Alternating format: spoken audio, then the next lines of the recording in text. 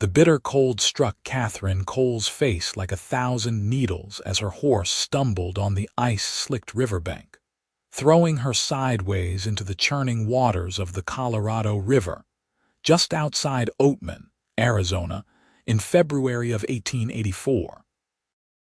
The shock of the frigid water knocked every breath from her lungs. Katherine had been traveling from Prescott to meet her aunt in Oatman, taking what she thought was a safer route along the river rather than through the Rocky Mountain passes. The winter had been unusually harsh that year, bringing temperatures that froze the edges of the normally tepid Arizona waters. Her mare had shied at a rattlesnake sunning itself on a rock, and in that split second of panic, Katherine found herself airborne, then plunging into water so cold it felt like her skin was being flayed from her bones. She tried to scream, but water rushed into her mouth. The current was stronger than she had anticipated, pulling her away from the bank with merciless force. Her heavy wool traveling dress, practical for the cold desert nights, now became a death sentence, soaking up water and dragging her down like an anchor. She kicked frantically, her boots weighing her down, her fingers grasping for anything solid. The light above the water's surface seemed to dim as she sank deeper, her lungs burning with the need for air.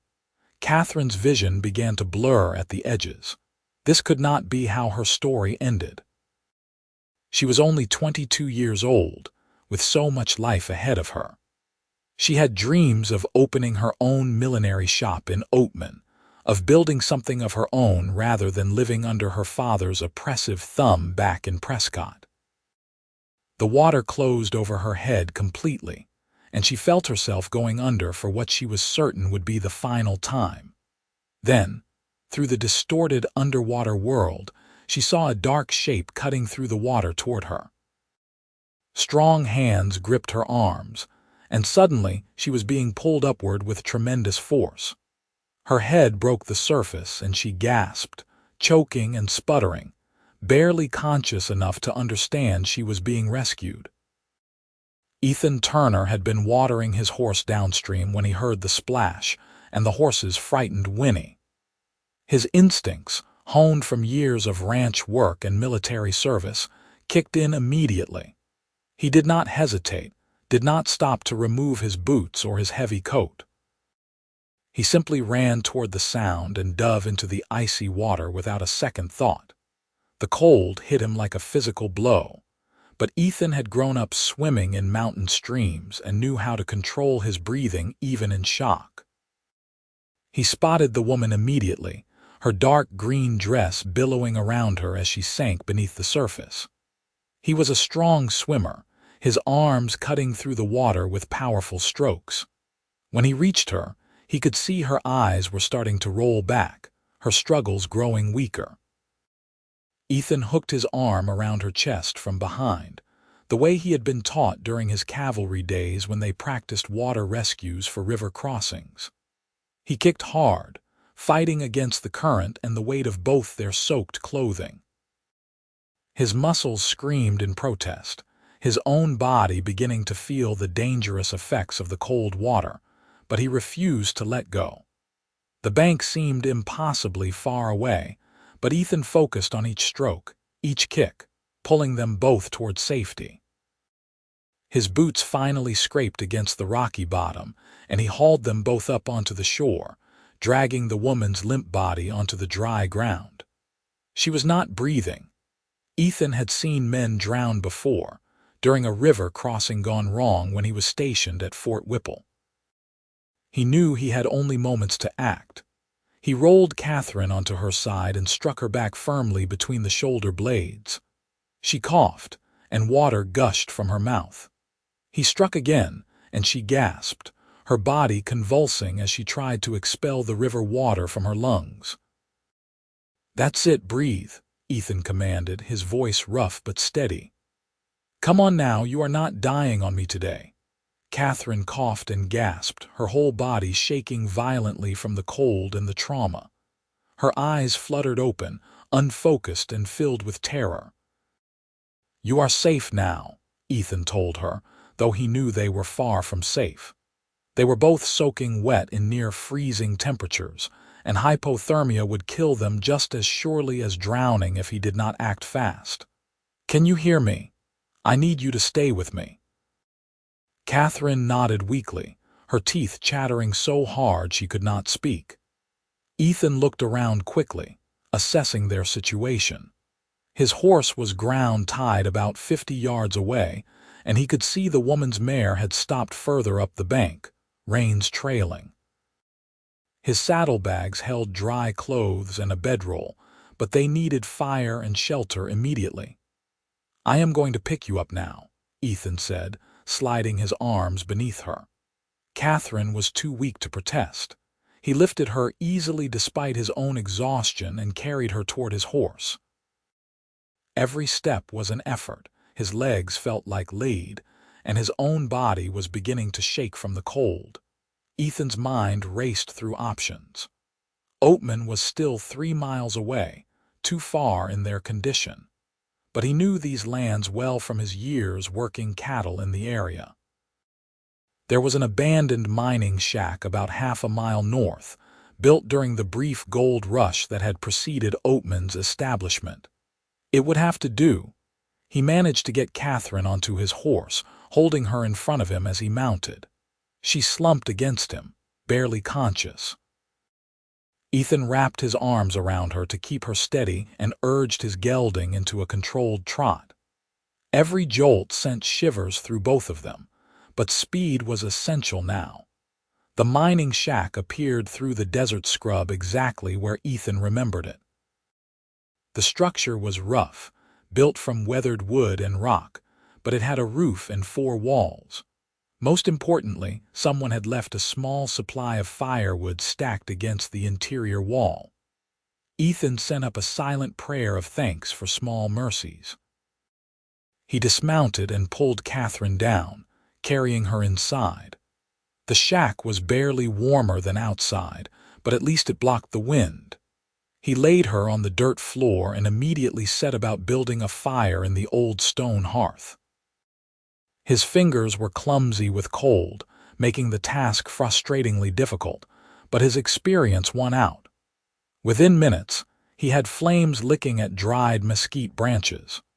"We need to get these wet clothes off," Ethan said, trying to keep his voice matter of fact despite the intimacy of the situation. "You will die if we do not." Katherine's eyes widened with alarm, but she was shaking too hard to speak. Ethan turned his back to give her what privacy he could.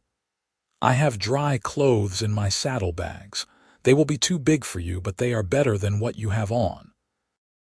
"Can you manage, or do you need help?" Katherine's fingers fumbled uselessly at the buttons of her dress, which had swollen with water.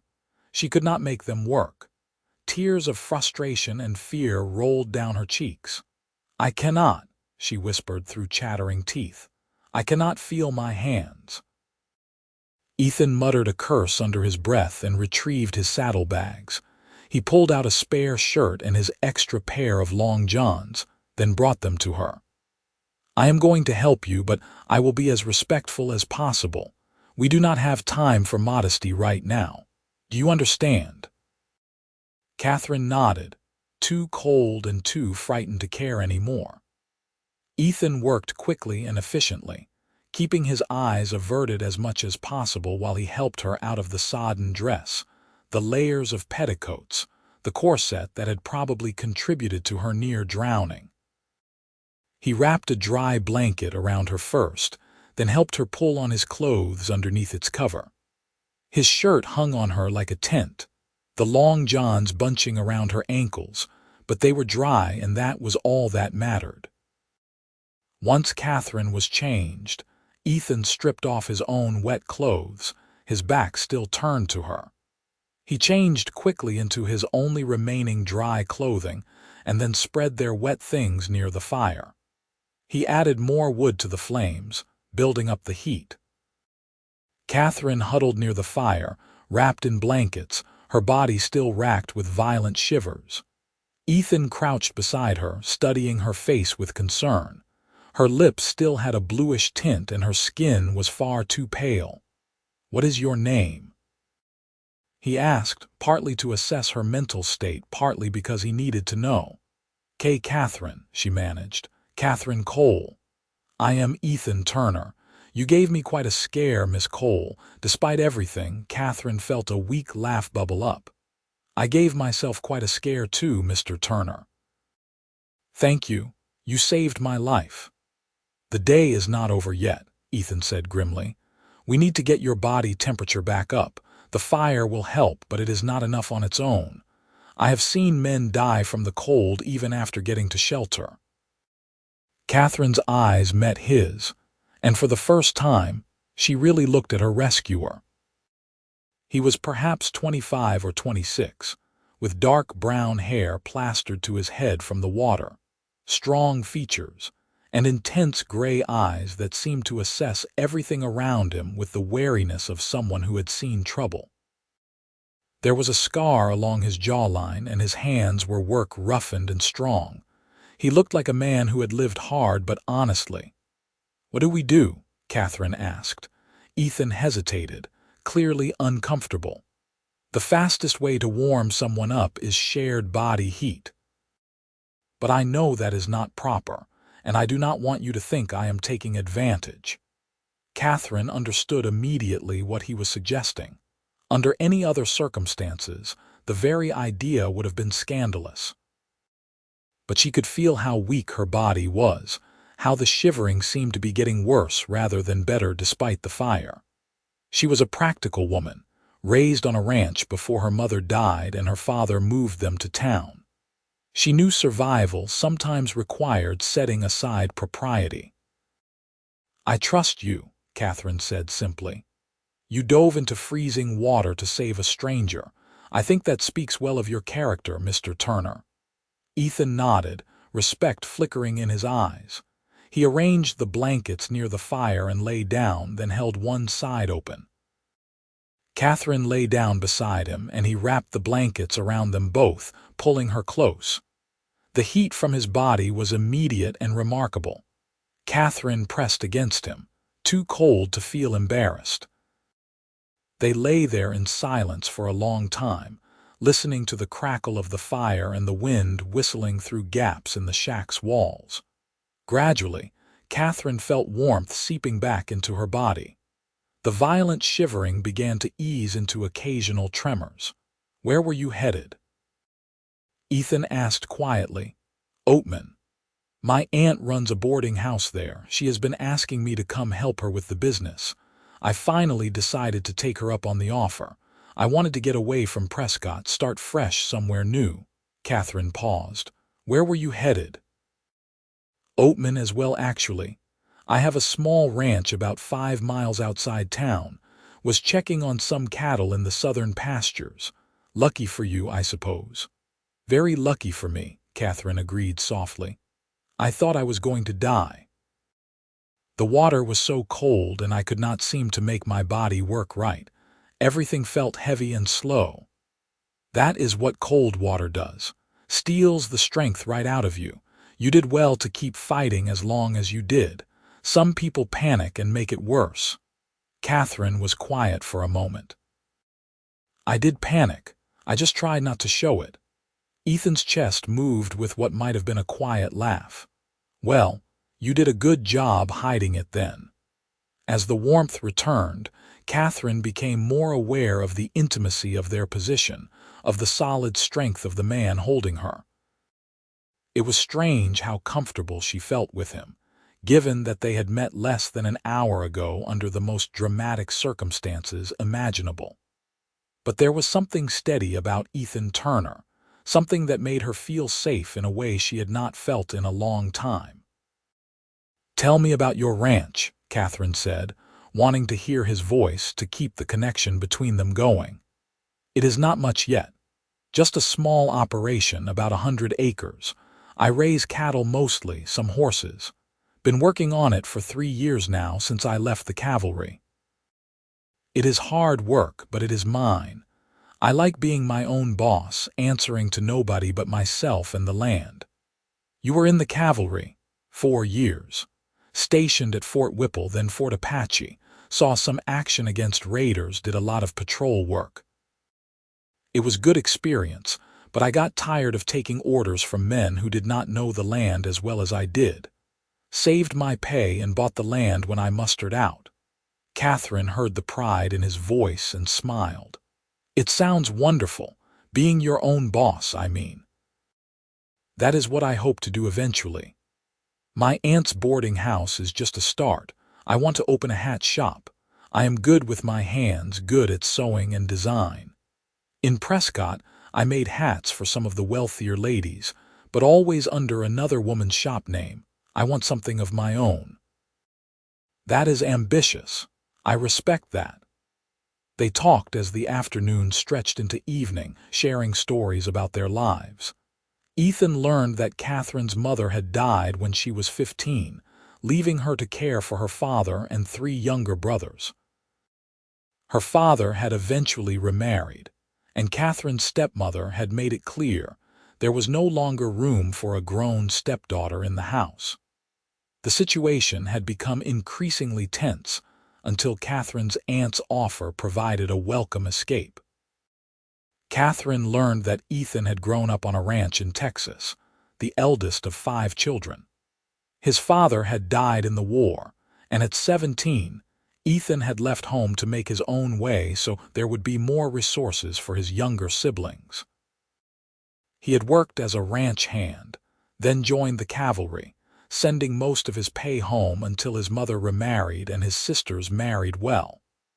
Only then had he allowed himself to pursue his own dreams. As full darkness fell, Ethan reluctantly moved away from Katherine to tend the fire and check on the horses. He brought them closer to the shack, tying them where they would be somewhat sheltered. Katherine's mare had calmed down considerably, and Ethan was able to retrieve her saddlebags, which contained some dried beef, hardtack, and a few personal items that had stayed mostly dry. They shared the meager food in companionable silence, then settled back down for the night. The temperature outside was dropping rapidly, and even with the fire, the shack was cold. They lay close together again, this time with less awkwardness, their bodies fitting together naturally. "Thank you again," Katherine whispered into the darkness, "for saving me, for taking care of me. You could have just pulled me out and left me on the bank while you rode for help." "I could never do that," Ethan said, and she heard genuine surprise in his voice, as if the idea was unthinkable. "When you take responsibility for someone's life, you see it through. That is just what decent people do." Katherine felt something warm bloom in her chest, something that had nothing to do with physical warmth and everything to do with the character of the man holding her. She had never met anyone quite like Ethan Turner, and she found herself wanting to know him better, to understand what made him the kind of man who would risk his own life without hesitation for a stranger. She fell asleep listening to the steady rhythm of his heartbeat, feeling safer than she had in years. Morning came with pale sunlight streaming through the cracks in the shack's walls. Katherine woke slowly, disoriented for a moment before memory came flooding back. She was still wrapped in Ethan's arms, her head resting on his chest. He was already awake, his gray eyes watching the door with the alertness of someone trained to expect trouble. "Good morning," Katherine said softly. Ethan looked down at her and smiled, the expression transforming his serious face. "Morning. How are you feeling?" Katherine took stock of her body. She was stiff and sore, her throat hurt, and her lungs felt heavy, but she was alive and warm. "Better. Tired, but better." "Good. We should get you to Oatman today. You need proper food and rest, and those wet clothes need to be replaced." He paused. "And we should probably get you to a doctor, just to be safe. Sometimes pneumonia sets in after something like this." Katherine nodded, though the thought of facing a doctor made her anxious. Medical care cost money, and she had little enough of that. But Ethan was probably right. They prepared to leave, putting on their mostly dry clothes from the night before. Catherine's dress was stiff with cold and still damp in places, but it would have to do. Ethan helped her onto her mare, which seemed much calmer this morning, then mounted his own horse. The ride to Oatman took about an hour. The town was small but bustling, built around several productive gold mines that had been discovered in the early 1880s. The main street was lined with a mix of permanent structures and tents, businesses catering to miners, ranchers, and travelers. Katherine spotted her aunt's boarding house immediately.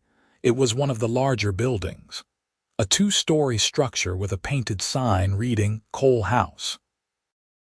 Ethan helped Katherine down from her horse just as a woman came rushing out of the boarding house, her face a mask of worry that transformed to relief when she saw Katherine.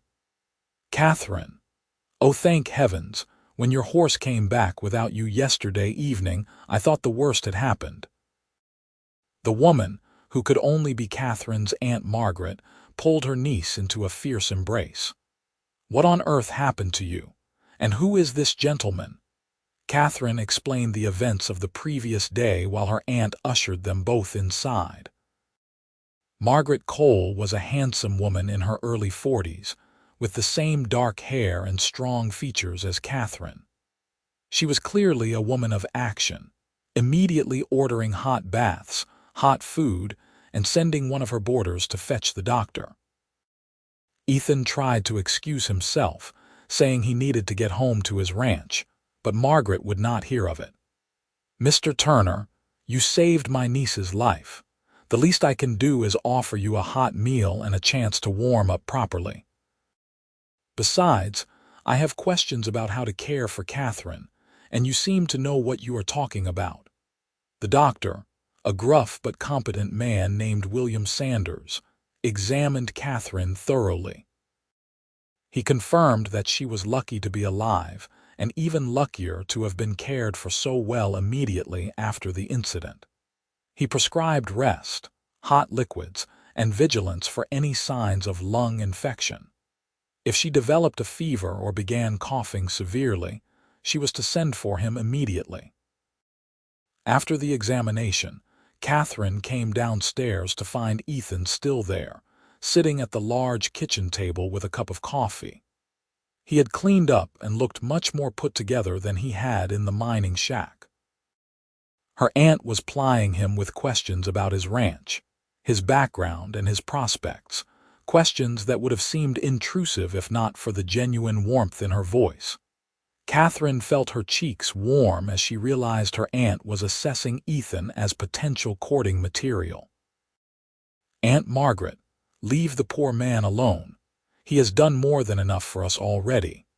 Margaret laughed, not looking the least bit apologetic. "I am just being friendly, dear. It is not every day a handsome young rancher saves my niece's life. I think I'm entitled to a little curiosity." Ethan stood when Katherine entered, his manners impeccable. "How are you feeling, Miss Cole?" "Much better, thanks to you. The doctor says I should recover fully." Katherine hesitated, then added, "I do not know how to repay you for what you did. You literally gave me my life back." "No repayment necessary," Ethan said firmly. "I am just glad I was there when you needed help." "Nevertheless," Margaret interjected, "you must let us do something to express our gratitude. At the very least, you should join us for dinner tomorrow evening. And I insist you stay the night here rather than riding out to your ranch today. You went through the same ordeal as Katherine, even if you are being too stoic to show it."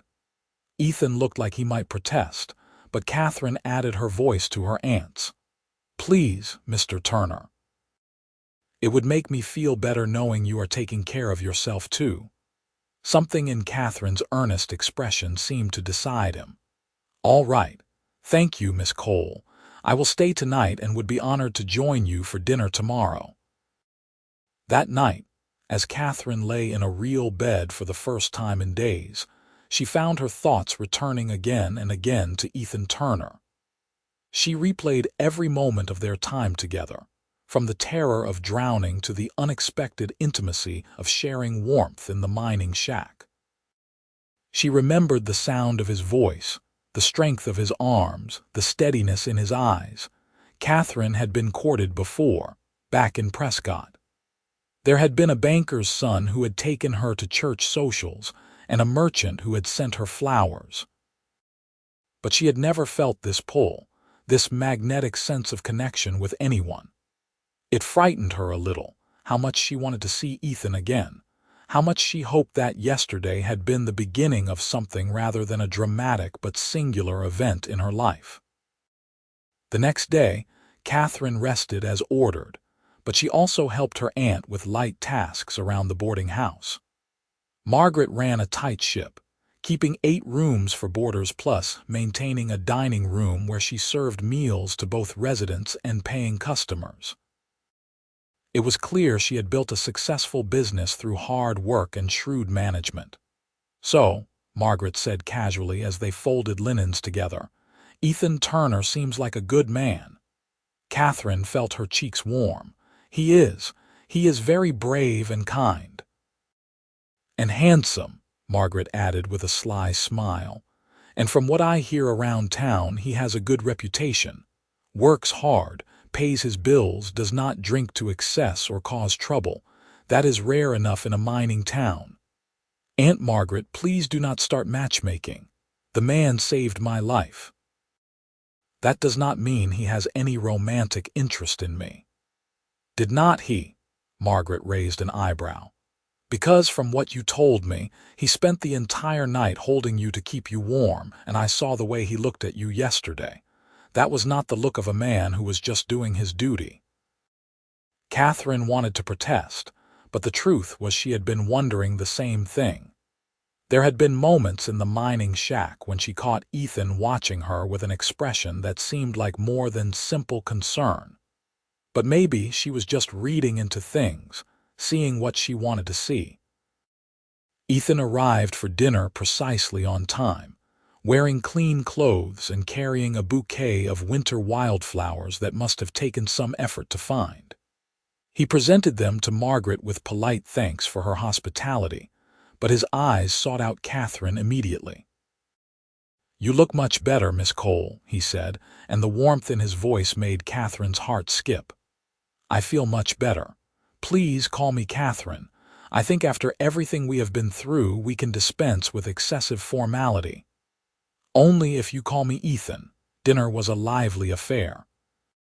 Margaret had invited several of her regular boarders, including a mine foreman, a shopkeeper, and an elderly prospector who entertained them with wild stories that were probably half fiction. But Katherine found her attention constantly drawn to Ethan, to the way he listened carefully to others, to his quiet humor, to the competence evident in everything he did. After dinner, Ethan asked if Katherine would like to take a short walk. Margaret readily agreed, suggesting they stroll down Main Street and back. The evening was cold but clear, and Katherine bundled into a coat borrowed from her aunt. They walked in comfortable silence for a few minutes before Ethan spoke. "I have been thinking about you constantly since that day at the river. I know it is forward of me to say so, but it is the truth." Katherine's heart raced. "I have been thinking about you too. I keep remembering how you did not hesitate to help me, how you took care of me. You were so calm and strong when I was terrified." "I was terrified too," Ethan admitted. "When I saw you going under, when you were not breathing on the bank, I was more scared than I have ever been, even more than when I was in battles during my cavalry days. The thought of not getting to you in time, of losing you before I even knew you, it made me realize something." "What?" Katherine whispered. "That sometimes important things happen fast, that you do not always get time to know someone gradually and carefully. Sometimes life throws you together, and you just know that person is going to matter to you." He stopped walking and turned to face her. "I would like to court you properly, Katherine. I know the circumstances of our meeting were unusual, and I know you just arrived in Oatman with plans of your own. but I would very much like to spend more time with you to see if what I am feeling is real." Katherine felt tears prick her eyes, but they were happy tears. "I would like that too, Ethan. Very much." He smiled, that wonderful smile that transformed his whole face, and took her hand. They walked back to the boarding house hand in hand, and when they said good night, Ethan raised her hand to his lips in a gesture that was both old-fashioned and achingly romantic. The courtship that followed was unlike anything Katherine had experienced before.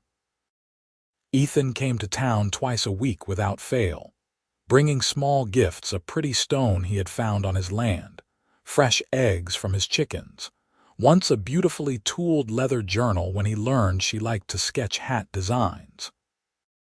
They took walks, sat on the boarding house porch talking for hours, attended church socials together. But Ethan also showed Katherine his world. He took her out to his ranch, where she met his 2 ranch hands and saw the life he was building. The ranch house was small but well built, and Katherine could see the care Ethan had put into everything. He showed her his cattle, his horses, the garden plot he was preparing for spring planting. He spoke about his dreams of expanding the operation, maybe breeding horses as well as raising cattle. Katherine shared her own dreams too, showing Ethan the hat designs she had been sketching, explaining her vision for a shop. Ethan listened with genuine interest, asking thoughtful questions, encouraging her ambitions in a way no man ever had before. As February turned into March, Katherine found herself falling deeply in love. It was not just Ethan's looks, though she certainly found him handsome.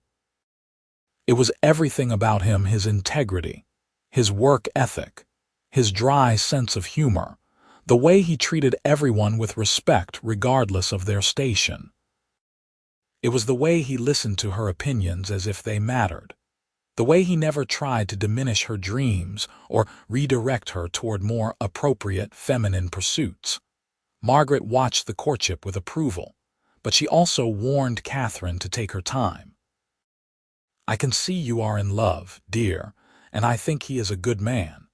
But you are young and you have only known each other a few weeks. Make sure this is what you truly want before you make any permanent decisions." Katherine knew her aunt was right, but her heart already knew what it wanted. Still, she tried to be practical. She threw herself into helping with the boarding house, learning the business side of things. Margaret was a patient teacher, showing Katherine how to manage accounts, deal with difficult boarders, negotiate with suppliers. It was valuable knowledge, regardless of whether Katherine eventually opened a hat shop or did something else entirely.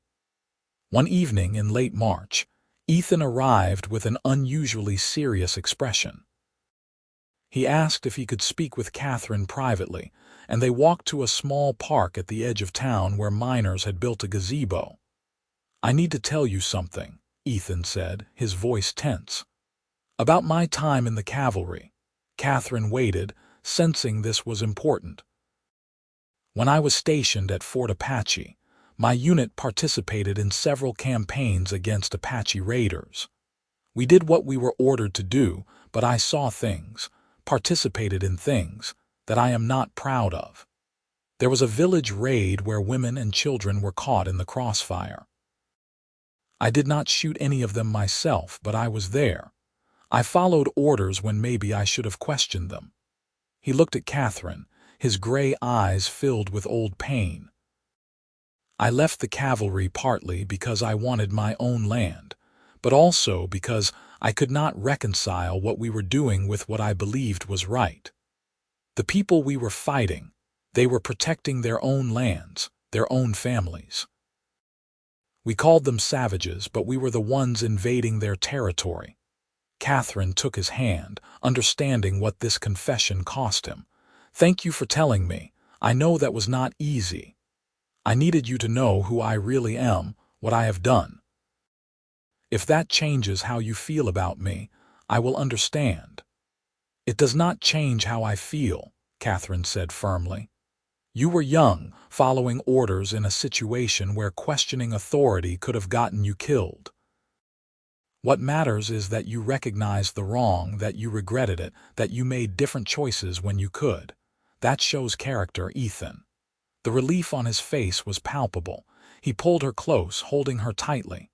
I do not deserve you, Katherine Cole. Yes, you do, she whispered. You absolutely do.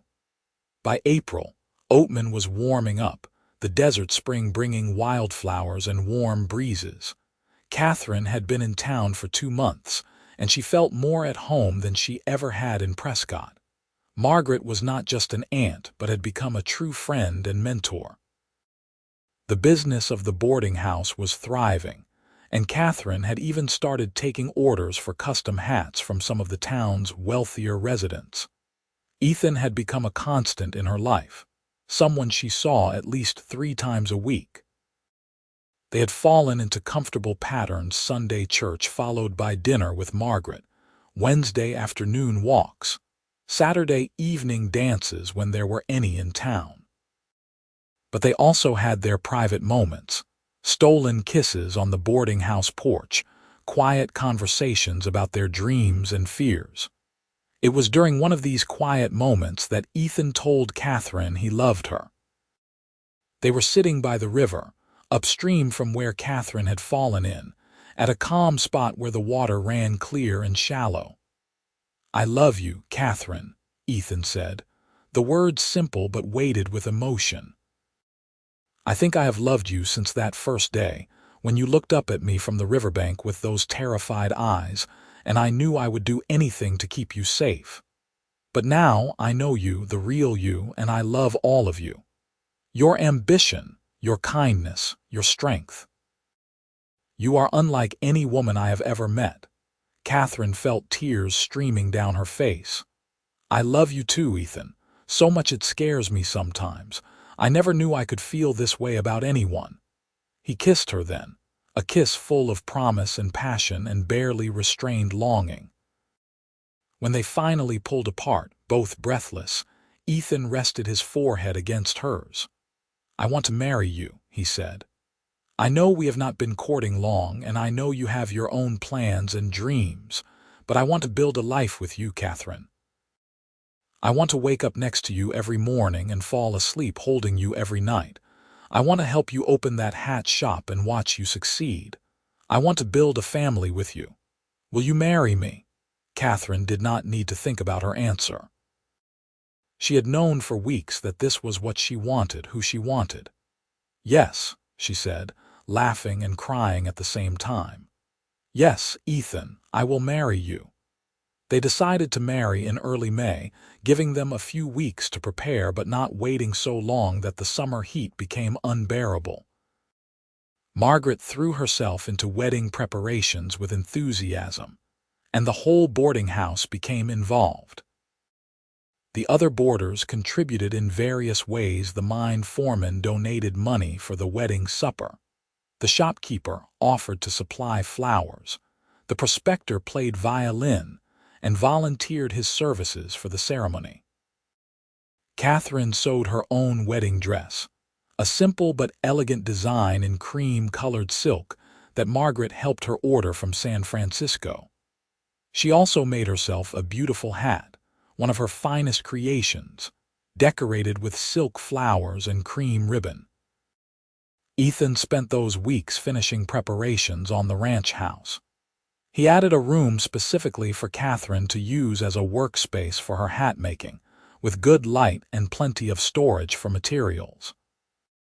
He built new furniture for their bedroom, refinished the kitchen table, planted a flower garden outside the front door. Everything was done with care and thought for the woman he loved. The wedding took place on a beautiful May morning at the small church in Oatman. Katherine walked down the aisle on her aunt's arm, her heart full to bursting as she saw Ethan waiting for her at the altar. He looked devastatingly handsome in a new suit, his dark hair neatly combed, his eyes bright with emotion. The ceremony was simple but moving. The minister spoke about love and commitment, about building a life together through good times and bad. When Ethan slipped the gold band onto Catherine's finger, his hand trembled slightly. When Katherine repeated her vows, her voice was strong and clear, declaring her love for all to hear. The wedding supper at the boarding house was a joyful affair, with townsfolk filling every available space. There was music and dancing, food and laughter.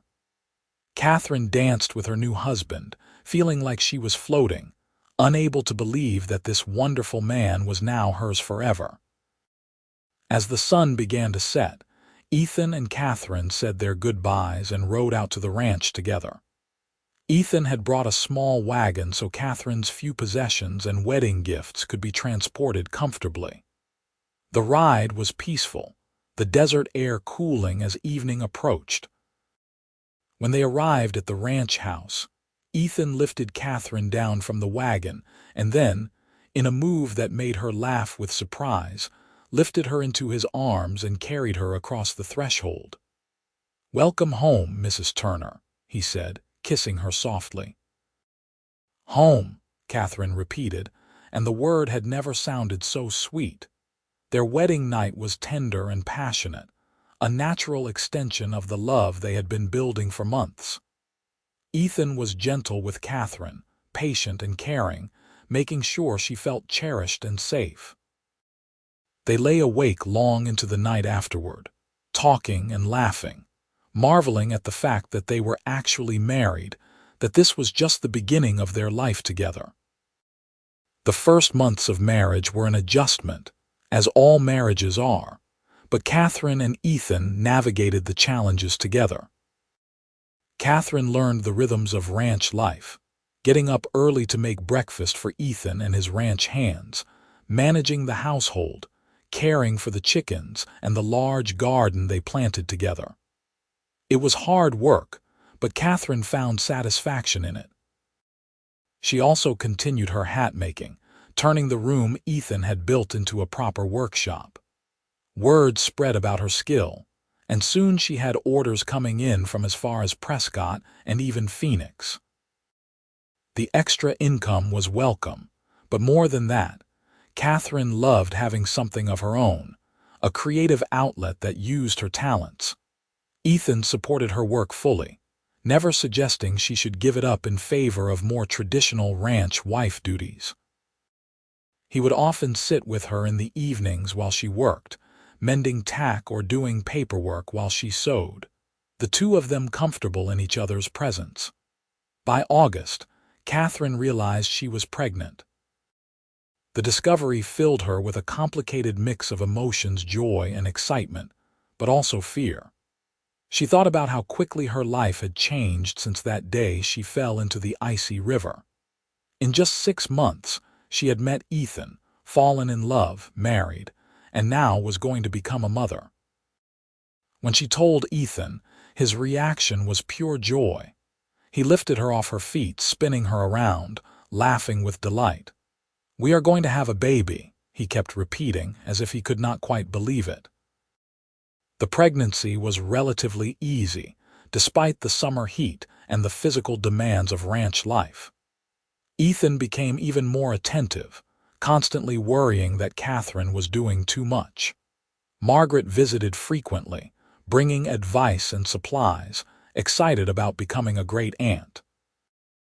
Their son was born on a cold February morning, almost exactly a year after Katherine had fallen into the river. The labor was long and difficult, attended by the doctor and Margaret, with Ethan pacing anxiously outside the bedroom. But when Katherine finally held her baby boy in her arms, every moment of pain was forgotten. They named him James, after Ethan's father. He was a healthy, loud baby with dark hair and his mother's blue eyes. Ethan was completely besotted from the first moment, holding his son with a mixture of awe and terror, as if he could not quite believe he was responsible for this tiny life. Life settled into new rhythms. Katherine managed motherhood alongside her hat-making, often working with James sleeping in a cradle beside her workbench. Ethan was a devoted father, helping with the baby whenever he could, walking the floor with James when he was fussy, changing diapers without complaint. The ranch prospered. Ethan's careful management and hard work were paying off, and by the time James was a year old, they were able to hire another ranch hand and purchase more cattle. Catherine's hat business was also thriving, and she had regular customers throughout the territory. But more than material success, they had something more precious, a partnership built on love and mutual respect. They talked through problems rather than letting resentments build. They supported each other's dreams while building shared goals. They made time for romance even amid the demands of parenthood and work, stealing moments to dance in the kitchen or take evening rides together while Margaret watched James. When James was 2, Katherine became pregnant again. This time she was less nervous, more confident in her ability to handle motherhood. Their daughter was born in September 1887, a beautiful baby girl with her father's gray eyes. They named her Sarah after Katherine's mother. With 2 children, the ranch house felt full in the best possible way. James was a curious, energetic toddler who followed his father everywhere, already fascinated by the horses and cattle. Sarah was a calmer baby than her brother had been, content to watch the world with those thoughtful gray eyes. Ethan built an addition onto the house, adding 2 more bedrooms and expanding the kitchen. He also helped Katherine convert one of the ranch outbuildings into a proper shop space, with a sign out front that read K. Turner Millinery. Customers could now visit the ranch to order hats, and Katherine hired a young woman from town to help with both the children and the business. The years passed in a blur of hard work and simple joys. James started school in Oatman, riding to town with his father whenever Ethan had business there. Sarah grew into a bright, creative child who loved helping her mother design hats. The ranch continued to expand, eventually growing to 300 acres with a substantial herd. Katherine sometimes thought about that February day in 1884, about how close she had come to dying in the icy water. Every year on the anniversary, she and Ethan would return to the river, to the spot where their story began. They would stand together, watching the water flow past, reflecting on everything that had happened because of that day. "Do you ever regret it?" Ethan asked one year, James and Sarah playing nearby under Margaret's watchful eye. "That you fell in the water, I mean. It must have been the most terrifying moment of your life." Katherine thought about it seriously before answering. "It was terrifying. But I do not regret it, because it brought me to you. If I had made it to Oatman safely that day, would we have met? Maybe, maybe not. But we might not have connected the way we did. That shared experience, the intensity of it, it created a bond between us from the very beginning. I have never regretted a single moment since I dove into that water," Ethan said, pulling her close. "Saving you was the best decision I ever made." By 1895, more than a decade had passed since that fateful day. The Turner Ranch was now one of the most successful in the area, known for quality cattle and horses. Katherine's hat business had become legendary throughout the territory, with women traveling from distant towns to order her creations. James was now 11, already showing his father's talent with horses and his mother's creative intelligence. He talked about becoming a rancher like his father, but also about studying animal husbandry at the new agricultural college in Tucson. Sarah, at 8, was a talented artist who helped design many of her mother's hat creations. She spoke of becoming a fashion designer someday, maybe even going to New York or San Francisco. Ethan and Katherine were in their early 30s, still deeply in love, their partnership stronger than ever.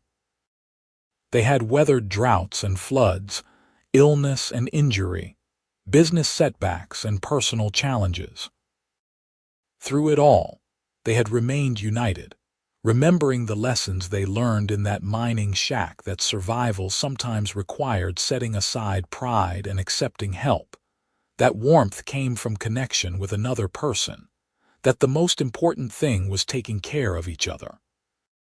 Margaret was now in her mid-50s, having sold the boarding house and moved into a small house on the Turner Ranch property.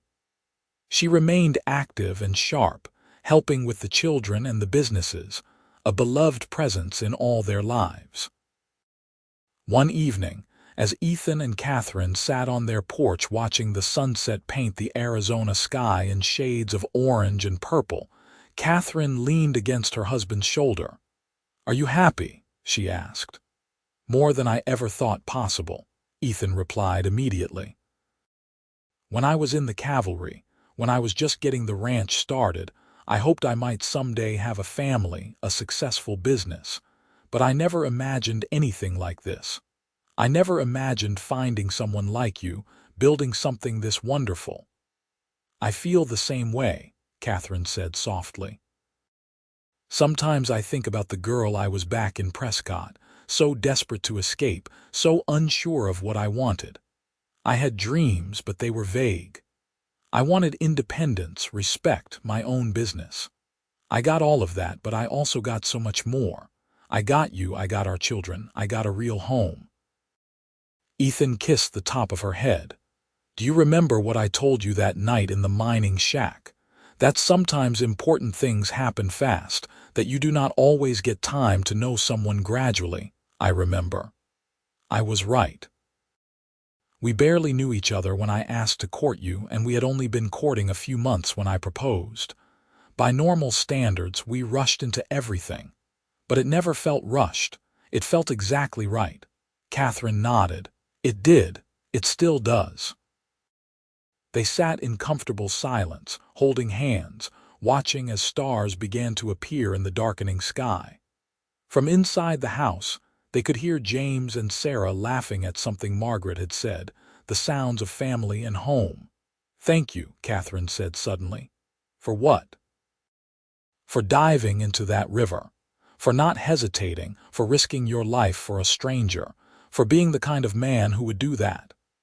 "Thank you for trusting me," Ethan countered. "For letting me help you, for giving me a chance, for building this life with me." As night fell over the Arizona desert, Ethan Turner and Katherine Cole Turner sat together on their porch, surrounded by everything they had built together. Their love story had begun in ice and water, in terror and rescue, but it had grown into something warm and enduring and beautiful. They had created a legacy together not just in their successful businesses or their growing children, but in the way they loved each other, in the partnership they had forged, in the respect and tenderness that characterized every day of their marriage. The years continued to unfold in richness and joy. James grew into a fine young man who did indeed go to agricultural college, then returned to expand the ranch with new breeding techniques and modern methods. He married a schoolteacher from Oatman in 1902, a smart woman who reminded everyone of Katherine with her ambition and independence. Sarah pursued her artistic dreams, spending 2 years studying design in San Francisco before returning home to partner with her mother in the millinery business.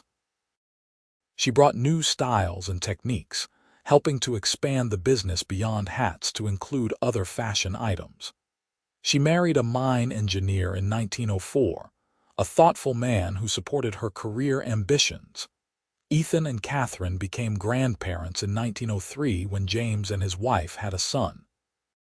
The joy of holding their grandson brought tears to both their eyes, the continuation of the family they had created. More grandchildren followed over the years, filling the ranch with new life and laughter. Margaret lived to the remarkable age of 73, passing peacefully in her sleep in 1906. Her loss was deeply felt by the entire family, but Katherine took comfort in knowing her aunt had lived to see her niece happy and successful, had been part of the beautiful family and life they had built. As Ethan and Katherine entered their 40s and then their 50s, they remained active and engaged. The ranch continued to prosper under their management and James's innovation. Katherine's business became a multi-generational enterprise, with Sarah eventually taking over primary operations while Katherine focused on mentoring and design. They traveled together when they could, taking trips to San Francisco, Denver, even once to New York City. But they always returned home to Arizona, to the land they loved, to the ranch where their story had truly begun. On their 30th wedding anniversary in 1915, their children organized a grand celebration. Friends and family came from throughout the territory, many telling stories of how Ethan and Katherine had helped them over the years with loans when times were tough, with advice and mentoring, with simple friendship and support. During the celebration, James stood to make a toast. "My parents' story has always fascinated me," he said, looking at Ethan and Katherine with obvious love and respect. They met under the most dramatic circumstances imaginable, fell in love quickly, and built a marriage that has lasted 3 decades and counting. "They have shown my sister and me what real partnership looks like: 2 people who support each other's dreams, who face challenges together, who never stop choosing each other every single day." Sarah added her own toast. "Our mother taught us that women can be both successful business owners and devoted family members. Our father taught us that real strength includes gentleness, and that the best men lift up the people around them rather than holding them down.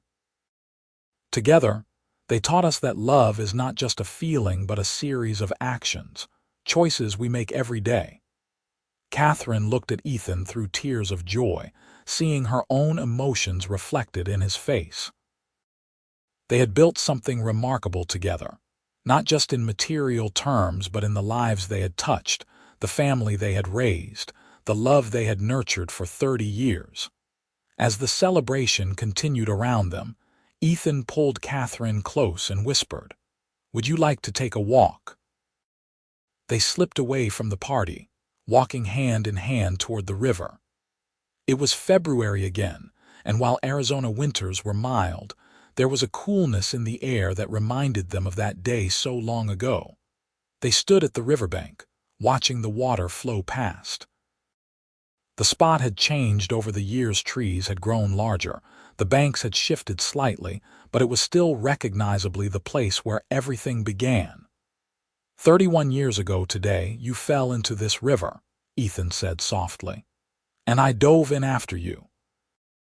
"Best dive you ever took," Katherine said with a smile.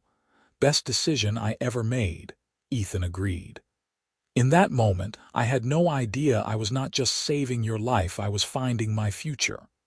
The woman I would love for the rest of my life, the mother of my children, my partner in everything." Katherine rested her head on his shoulder. "I was so scared that day. I thought I was going to die. But even in those terrifying moments underwater, some part of me refused to give up. I kept fighting, kept trying to reach the surface. I wonder sometimes if I somehow knew you were coming, if I sensed that my story was not meant to end there." "I am glad you kept fighting," Ethan said. "I am glad I was there. I am glad for every moment since then." They stood in silence for a while, holding each other, listening to the river that had brought them together. 31 years of marriage, of love, of building a life together. Years filled with joy and sorrow, triumph and struggle, but always faced together. "Do you know what I think about when I come here?" Katherine asked. "What?" "I think about how one moment can change everything. How if I had crossed the river a mile upstream, or if you had been watering your horse somewhere else, our paths might never have crossed. How all the best things in my life came from the worst moment of terror I ever experienced." "I think about that too," Ethan admitted. "About chance and fate and choice. You falling in the river was chance. Me being nearby was chance. But everything after that was choice. I chose to dive in." You chose to trust me. We chose to spend more time together, to court, to marry. We chose each other over and over again every day for 31 years. And I would choose you again, Katherine said firmly. In every lifetime, in every circumstance. You are my greatest adventure, Ethan Turner. My greatest love. The best thing that ever happened to me. Ethan turned to face her fully, cupping her face in his work-roughened hands. Despite the gray in his hair and the lines around his eyes, his gaze was as intense and loving as it had been when he was 26 years old, pulling a drowning woman from an icy river. I love you, Katherine Turner. I have loved you since the moment I saw you go under, and I will love you until the day I die. You are my heart, my home, my everything. They kissed there by the river. Two people in their 50s who loved each other as deeply as they had as young newlyweds, perhaps even more deeply because their love had been tested and proven over decades. When they finally returned to the celebration, their family welcomed them back with knowing smiles. Everyone understood that Ethan and Katherine needed their private moments, their time to reflect on the journey they had taken together. The years continued to pass, bringing new joys and inevitable sorrows. Ethan and Katherine aged together, their hair turning gray, their steps slowing slightly, but their love never diminishing. They watched their grandchildren grow, celebrated as James expanded the ranch into one of the largest operations in Arizona, beamed with pride as Sarah's designs gained recognition throughout the West. In 1925, 41 years after that fateful day at the river, Ethan and Katherine celebrated their 40th wedding anniversary surrounded by children, grandchildren, and even a few great-grandchildren. They were both in their 60s now, but still vital and engaged with life. At the anniversary celebration, their youngest granddaughter, a precocious 8-year-old named Katherine after her grandmother, asked them to tell the story of how they met. Ethan and Katherine exchanged glances, then Katherine began. Well, sweetheart, it was February of 1884 and I was traveling to Oatman to meet my aunt. I was riding along the Colorado River when my horse got spooked and I fell into the water. Was the water cold?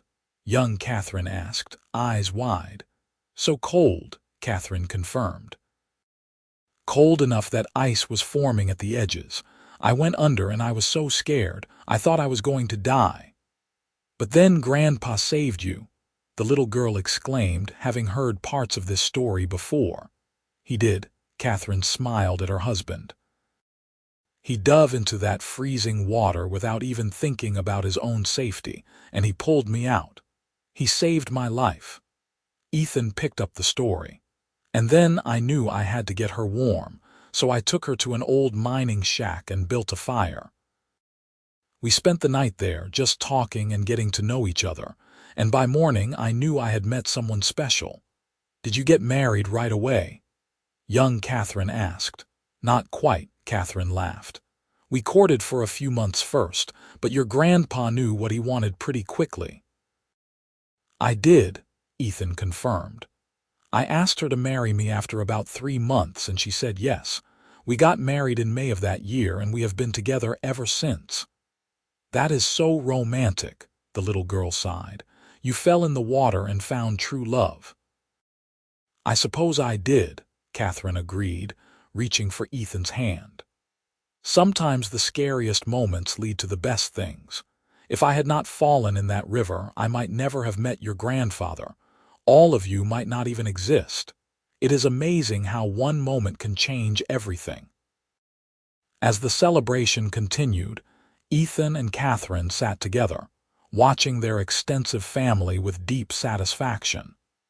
They had built all of this together, created a legacy that would continue for generations. Their love story, which began in icy water and near death, had blossomed into something beautiful and enduring. In the twilight of their lives, they remained devoted to each other. They took daily walks together, now moving more slowly but still hand in hand.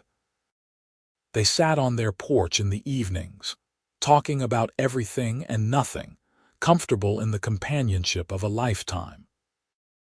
They told their story to grandchildren and great-grandchildren, wanting them to understand that love required courage and choice, that the best things in life often came from unexpected places.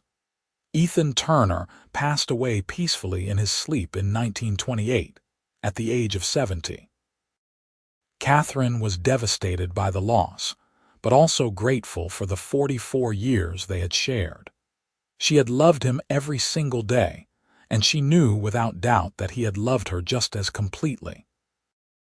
Katherine lived another 5 years after Ethan's death, remaining active in the millinery business and involved with her family. She passed away quietly in 1933 at the age of 71, surrounded by her children and grandchildren. At her funeral, James told the story one more time how his mother had fallen into icy water, how his father had dove in without hesitation and pulled her to shore before she drowned. How that single act of courage and compassion had led to a love that lasted a lifetime, a partnership that built an empire, a family that would continue for generations. "Our parents showed us what real love looks like," James said, his voice thick with emotion. Not the easy kind of love from storybooks, but the real kind that requires daily choice and effort. They chose each other in that first moment at the river, and they kept choosing each other every day for more than 4 decades. That is the legacy they leave us, not just the ranch or the business, but the example of what it means to truly love someone. Ethan and Katherine were buried side by side on a hillside overlooking the ranch they had built together. Their tombstone was simple but meaningful. Ethan Turner, 1858–1928, and Katherine Cole Turner, 1862–1933. 2 souls, 1 love, a lifetime of choice. The Turner Ranch continued to thrive under James's management and eventually under his children's management. The millinery business evolved with the times, eventually becoming a broader fashion company that Sarah's descendants continued to operate. The family remained close-knit, gathering regularly at the ranch for holidays and celebrations, always remembering the love story that had started it all. And every February, the Turner family would gather at the river, at the spot where Katherine fell in and Ethan dove in after her. They would stand together, multiple generations, and remember the moment that changed everything. The moment when a cowboy dove into icy water and pulled a drowning woman to shore, saving her life and finding his own future in the process. The story of Ethan and Katherine Turner became legend in Oatman and throughout Arizona, a tale of courage, love, and the beautiful life that could be built when 2 people found each other and chose to face the world together. It was a story told and retold, passed down through generations, inspiring young lovers and reminding old couples why they had chosen each other so many years before. Because in the end, that was what their story was really about, not just the dramatic rescue, but the daily choices that followed. The choice to court, to marry, to support each other's dreams, to raise children together, to build businesses and make a home. The choice to love through good times and bad, through health and sickness, through prosperity and hardship. The choice to remain true to the vows they made in a small church in Oatman on a May morning in 1885. Ethan Turner dove into icy water and saved Katherine Cole's life. But in doing so, he also found his own salvation, a partner, a love, a home. And Katherine, in accepting his help and his love, found everything she had been searching for and so much more. Their love story began in terror and cold, but it ended in warmth and peace, surrounded by family and legacy.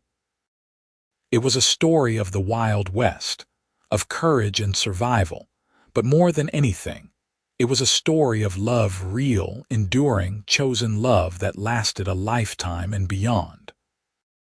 The Turner family still owns that ranch in Arizona, still gathers at the river every February, still tells the story of how it all began. And every time the story is told, listeners are reminded of the power of a single moment, a single choice, a single act of courage to change not just one life but generations of lives. Katherine fell into icy water and went under. Ethan, a cowboy, dove in and pulled her to shore before she drowned. And from that moment of rescue came a love that would echo through the ages, a testament to what can be built when two people find each other and choose, every single day, to build a life together.